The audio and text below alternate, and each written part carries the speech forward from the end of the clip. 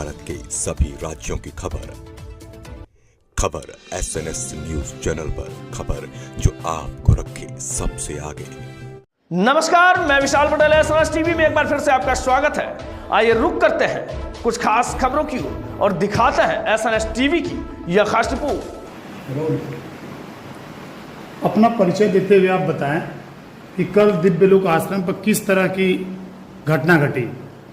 मैं सचिव दिव्य लोक आश्रम राजेश चौबे। कल नवरात्र का पहला दिन था और मैं गाजीपुर अपने आवास से माँ दुर्गा का पूजा करके आश्रम पे कलश स्थापना के लिए निकला।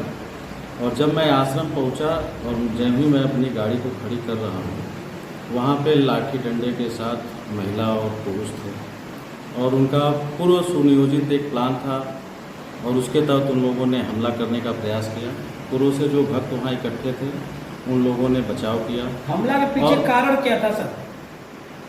एक चोरी पिछले 12-14 महीने से आश्रम की इनोवा गाड़ी से हो रही थी। उसी चोरी के संदर्भ में पिछले रविवार को दीनापुर का एक लड़का पकड़ा गया, हिमांशु नाम का, और उसने अपने एक पुलिस के पूछताछ के दौरान उसने दीपक नाम के एक और लड़के को बताया। और जब इन दोनों से पूछताछ हुई तो इन्होंने कहा कि इस चोरी में आश्रम का एंगल भी हम लोगों के साथ संबंधित है। इस पे पुलिस ने अपना पूछताछ किया और गांव के लोगों ने बीच बचाव करके इस प्रकरण को इस बार लड़कों को माफ़ी देने की बात बड़े जोर शोर से कही और कही कि इस घटना की पुनरावृत्ति फिर नहीं होगी। इसके बाद इन तीनों को छोड़ दिया गया और बाद में कुछ सुनियोजित तरीके से कुछ लोगों द्वारा प्री प्लान करके एक भ्रम फैलाया गया कि ठाकुरों के लड़कों को छोड़ दिया गया है और एक बिंद के लड़के को राजेश चौबे ने पूरे मुकदमे में अपराधी बना के और जेल भिजवा दिया। नहीं, ये आप बच्चों को छोड़े थे तो कोई समझौता कराकर छोड़े थे या उसके ऊपर मुकदमा करा कर छोड़ाया गया था? नहीं, गांव के लोग थे, चौकी इंचार्ज साहब थे, एक समझौता हुआ, उस पर सभी लोगों की सिग्नेचर हुई और उसके बाद सबको छोड़ा गया। समझौते के बाद छोड़ा गया? समझौते के बाद सब। फिर ये प्रकरण कैसे स्टार्ट हो गया? अब कुछ लोगों की पिछले कुछ सालों से अपनी कुछ योजनाएं रही हैं और ये प्रशासन का विषय है और हमने भी तहरीर दे दी है और जांच में मुझे पूरा भरोसा है कि जिस तरह कल प्रशासन के चौकी इंचार्ज और थाना अध्यक्ष महोदय और जिले की पुलिस ने आके मौके पे एक जो अप्रिय घटना घट सकती थी, हत्या हो सकती थी, कुछ भी हो सकता था, बलवा हो सकता था, क्योंकि भीड़ की आड़ में, महिलाओं की आड़ में, बच्चों की आड़ में कुछ लोग मेरी हत्या कराना चाहते थे। आश्रम को बर्बाद करने के लिए उनका ये सुनियोजित प्लान पहले। इस घटना के पीछे सबसे ज्यादा मुख्य भूमिका किसकी रही?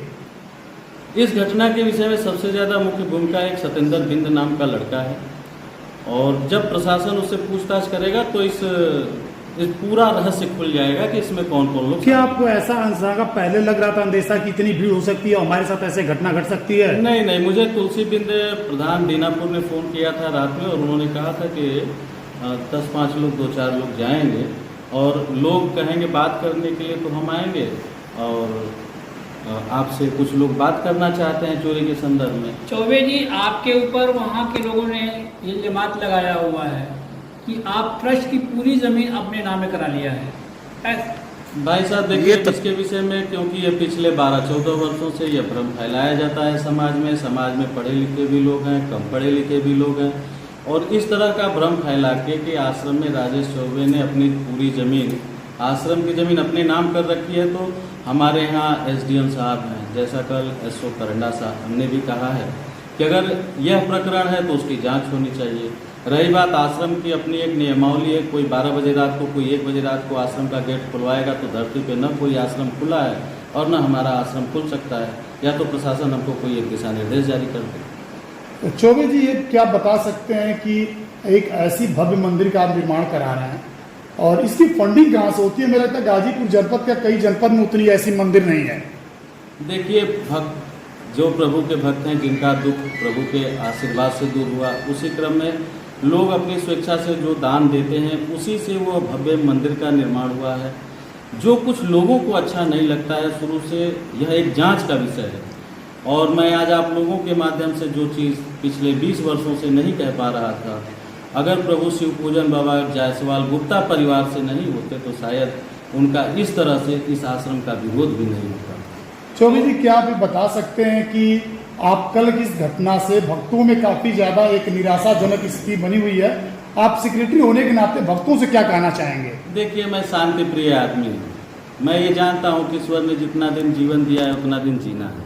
मैं भक्तों से ये कहना चाहूँगा कि सभी लोग प्रभु पे विश्वास रखें, और प्रभु त्रिकालदर्शी अंतर्यामी प्रभु हैं, और जो जिसके साथ होगा अच्छा होगा, और वो संयम बनाए रखें, दर्शन पूजन करें, और वो किसी से न किसी बात विवाद में उलझें, और जो लोग जैसा करेंगे वैसा पाएंगे। प्रशासन है और इस समय हमारी जो सरकार है वो भी अपना इस पर ध्यान केंद्रित करेगी, और प्रशासन भी अपना काम करेगा। मुझे एक आखिरी सवाल है, जितनी भीड़ थी उसमें उस गांव के ही लोग थे या बाहरी भी थे?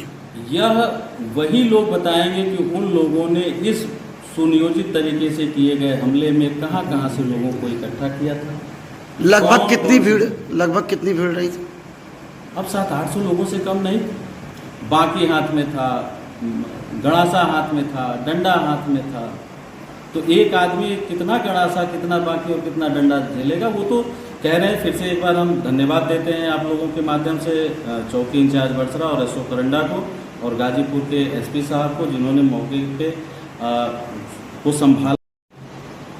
मैंने अभी तक प्रशासन से न कोई अपनी सुरक्षा को लेकर गुहार लगाया है, और उसका जो प्रोसेस है वो भी मुझे पता नहीं है।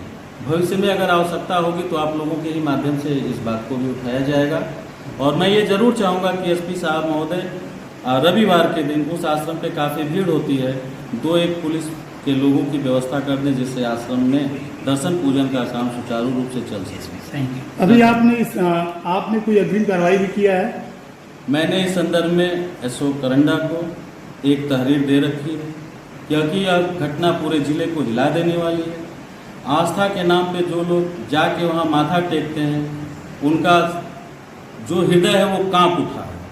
यह साधारण घटना नहीं है, इसकी जांच होनी चाहिए, और जो दोषी हो उस पर कार्रवाई होनी चाहिए। बहुत बहुत